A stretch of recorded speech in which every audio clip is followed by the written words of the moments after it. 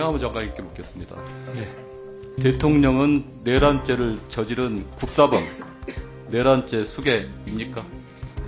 그렇지 않다고 생각합니다. 그 이유가 뭡니까?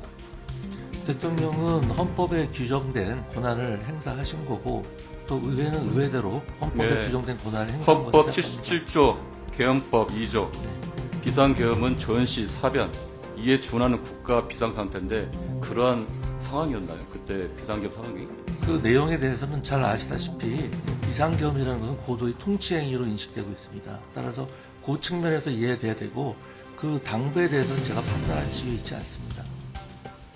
그 장관님, 아까 보니까 저기 이해식 의원이 발언할 때 국무회의에 참석을 했는데 아까 뭐 우려를 표명했다는데 그게 법적인 어떤 문제, 나중에 어떤 재판이나 그런 걸 의식하고 상당히 애매모호한 답변이었던 것 같은데 다른 장관들 같은 경우는 찬성 반대를 명확하게 표명을 했습니다.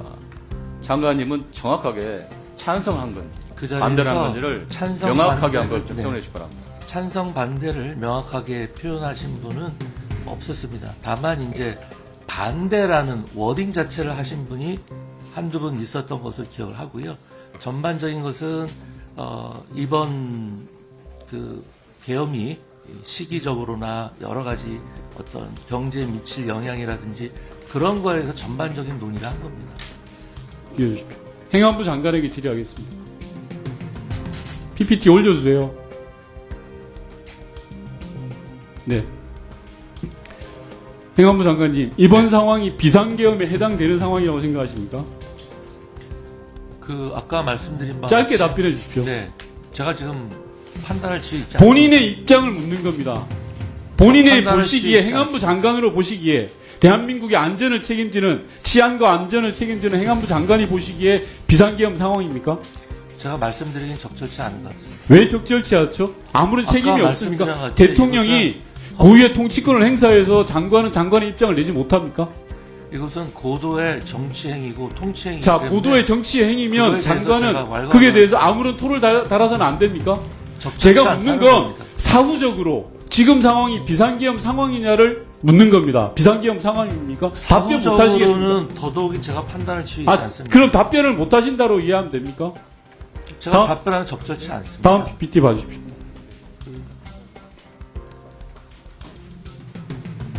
다음 PPT 띄워주세요. 예. 윤석열 대통령이 비상계엄 선포 담화문 중에 핵심은 반국가 세력을 척결하는 거라고 했습니다. 행안부 장관님 동의하십니까? 아까 말씀드린 바와 같이 제 동의 여부가 아니요, 그리고- 제가 지금 결과적으로 아니 묻는 그러니까요. 겁니다. 대통령님의 언급에 대한 평가가 되기 때문에 제가 답변 드리기 곤란한 게 자, 아니지 그러면 말아요. 장관님, 장관께서는 대통령은 신성 불가침의 영역입니까? 그렇지는 않습니다. 그런데 왜 그렇지는 평가를 않습니다만 못하죠? 대통령의 워딩 하나하나를 제가 워딩 평가하는 건 하나하나가 적절치 아니라 않지 않습니까? 가장 중요한 비상계엄 선포 담화문입니다. 여기 핵심은 반국가 세력을 척결하겠다라고 비상계엄을 건 거예요. 총칼로 국민한테 들이댄 건 반국가 세력을 척결하겠다는 명분을 내세운 거예요. 그 명분이 합당하냐를 제가 묻는 겁니다. 그걸 답변을 못 하시겠어요? 이 담화문의 작성에 제가 관여했으면 관여한 게 아니라 이 결과에 대해서 답을 하라는 겁니다. 아니, 그러니까요. 그 단어 하나하나에 대해서 제가 평가하는 건 적절치 정말 않다. 비겁합니다. 비겁합니다. 지금 상황에서 이걸 평가를 못 하세요? 반국가 아니, 세력에 대한 윤여님도 입장을 묻는 건데 윤여님 그 답을 못 대통령을 한다는 직접 것은 모셔봤지 않습니까? 아니요, 이게 장관님. 적절치는 않습니다. 이거를 네. 구렁이 담 넘어가듯이 넘어갈 일이 아닙니다. 비상계엄은요, 대통령이 국민에게 총을 겨눈 군사작전이에요. 제가 조금 전에 조지호 청장한테 묻고 장관에게 묻는 건 그 총을 겨눈 작전에 대한 두 분의 평가를 묻는 겁니다. 비상계엄이 국민에게 총을 겨눈 행위라고는 생각하지 않습니다. 장관님 그렇게 답변하시면 안 돼요. 정부 내각 강요 중에요. 계엄령을 소위 말해서 판단하고 건의할 수 있는 위치에 있는 사람이 누굽니까? 지금 국방부 장관과 행안부 장관으로 되어 있습니다. 그렇습니다. 최소한 행안부 장관, 국방부 장관은 계엄령에 대해서 직접적인 건의의 이 책임과 임무가 있고 또 거기에 대해서 판단할 수 있는 그러니까 그 사유가 발생한 경우에 판단해서 건의할 수 있는 위치에 있는 사람이란 말이에요. 지금 이 계엄령은 이 국방부 장관이 판단해서 건의했다고 하는 형식을 취하고 있지만 국무회의에서 그래도 참여한 당사자로서 국무회의를 또 주관하는 그 관계부처의 장관으로서 그렇게 이야기하시면 안 되죠. 애로상 그러니까 대통령의 판단을 최종 판단을 본인이 좌우할 수 없었다 하는 것까지는 국민이 이해할 수 있어요. 근데 그 많은 장관이 강요회의를 통해서 심의를 통해서 발효된 이 문제에 대해서 특히 행안부 장관이 이 문제에 대해서 이 본인의 의견을 말씀을 못 얻는 것은 대단히 우리 위원님 말씀대로 비겁한 이야기예요. 자기 임무를 다하지 않는 이야기라고요. 본인이 어떤 의견을 말씀하셨는지 이 자리에서 말씀해 주세요.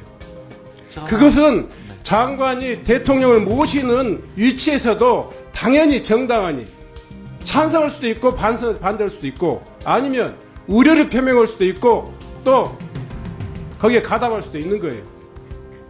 제가 여러 번 말씀드렸습니다만 네. 그 당시 국무회의에서 찬성이다 반대다 이렇게 명백하게 얘기한 장관들은 거의 없어요. 본인의 생각이 어쩌냔 말이에요. 네, 저 역시 여러 가지 우려를 표명했고 이번 최소한 국민들이 지켜보고 있기 때문에 어떤 취지에서 그 우려를 표명했는지 말씀해 주시라고요.